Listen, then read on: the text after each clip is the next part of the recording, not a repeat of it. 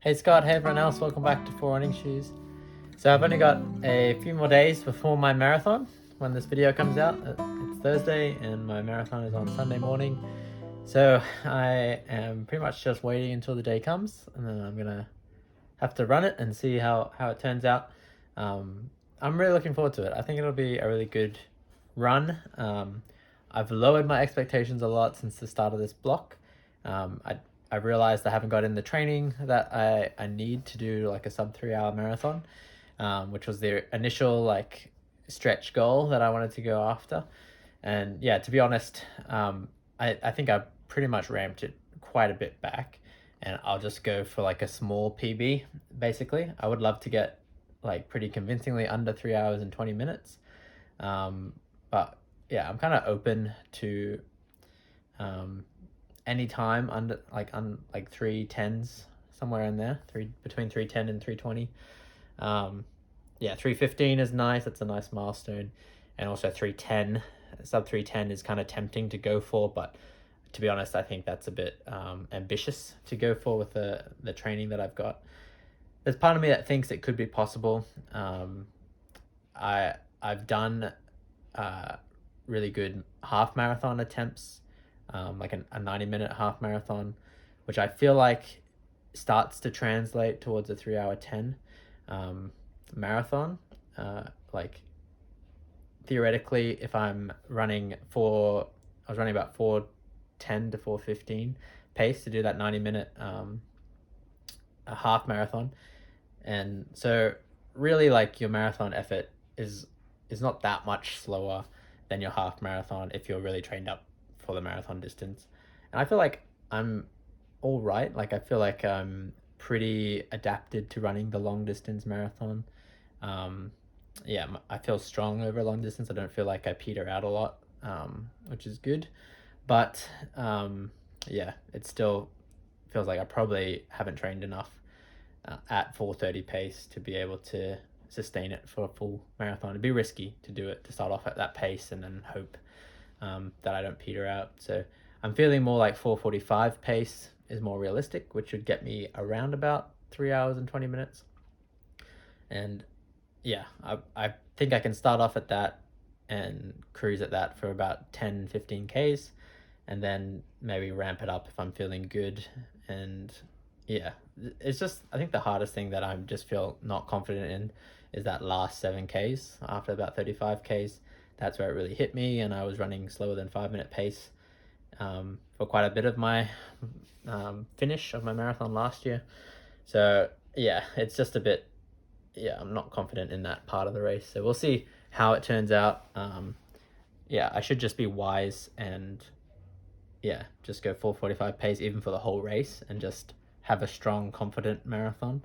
But yeah, there's always a part of you that I guess just wants to set a really good PB and yeah, push it really hard and see what happens. But yeah, I'm thinking that's probably not the wisest thing to do. And I've kind of framed this like there was a part of me that was mourning like the fact that it's not going to be the PB that I was hoping for. Like I still think I'll definitely run a PB, but it's just going to be a lot less than I had initially envisioned and dreamed about. But yeah, I've been processing it, and I've moved away from mourning, and I'm kind of accepting it now, and even just thinking long term in my running, and setting plans and goals in the years to come, where I'm really confident that I'll be able to run a 3 hour marathon.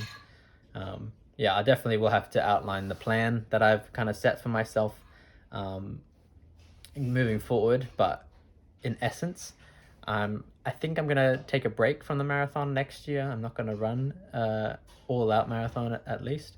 I might run one just for fun, but I won't run one for a time like a PB. And I'd only do that if I was doing it, say, with you, Scott, or with my wife or something like that. But yeah, so I won't run a PB next year. I won't try to run a PB. I'll take a break, and then I think at the start of 2025, like early on in the year, I want to try and get in a training block before sort of the middle of the year. I've got a couple of marathons that could fill that. It could be a good race for me to enter. it won't be Melbourne Marathon. That's later in the year, this time obviously in October. And I realized with work and different stuff, there's a pretty high chance that I will be traveling before that race. And this year, that was probably the biggest thing that set me back. Just being on the road meant I couldn't get in the mileage and was taking holidays, and so it's hard to actually be consistent with training.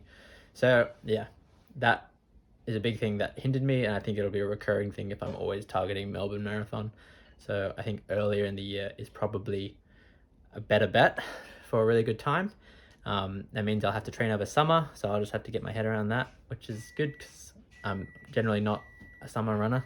I take it easy over summer because it's too hot for me, but I think I should be able to adapt and get the training in despite that. There's a lot of benefits to running in summer, so should be possible.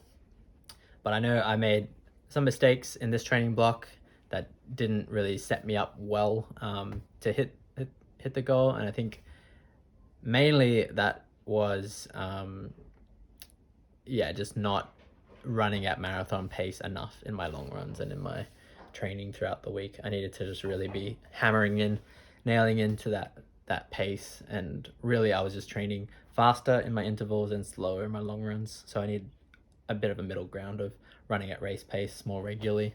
That was probably the biggest thing that I was like, I'm not gonna hit this race goal because I haven't done that early on in the training block. So it's something I'll definitely implement in the future. And I think the key things that next year I want to focus on are hitting PBs in shorter distance running. So I'll probably run a fast half marathon, run hopefully a massive 5K PB. And if I do those sort of things, I feel like that will give me heaps of confidence leading into a marathon block, and being able to sustain a hard pace for the marathon distance. And I'd also love to see a more consistently high mileage throughout all the next year. I know that's hard to pull off. I've struggled with that that's always sort of been a focus for me. I always struggle with it. But that's something I would definitely want to see at the, during next year as I switch off from the marathon. So those are kind of the things and the key things that I'm going to try and hold myself to in the year to come. I'll review this video at the end of the year when I'm setting my 2024 goals and set some plans that will align with this, because that's the trajectory I want to go in. I want the next time I'm lining up at the start line for a marathon, like not this weekend, but the next one after that in the beginning of 2025, I want to be like almost certain that I'm going to run under 3 hours. If I got in a good training block this year, it would have still been like, oh man, if I push really hard, if I like give it absolutely everything, like maybe I'll slip under 3 hours. But next time I line up the start line, I want to be like, I'm definitely running under 3 hours, and maybe even like a fair bit under. So that's kind of my goal. And it's cool to kind of like do my half marathon, my full marathon this weekend, because it'll kind of set what my baseline is now, and I can see the progression of that towards the marathon that I do in 2025. So that's some of my long-term thinking, and it's kind of helped me process how I'm going to run this race. But I'm really excited about it, and I hope you check out my video next week to see how I go.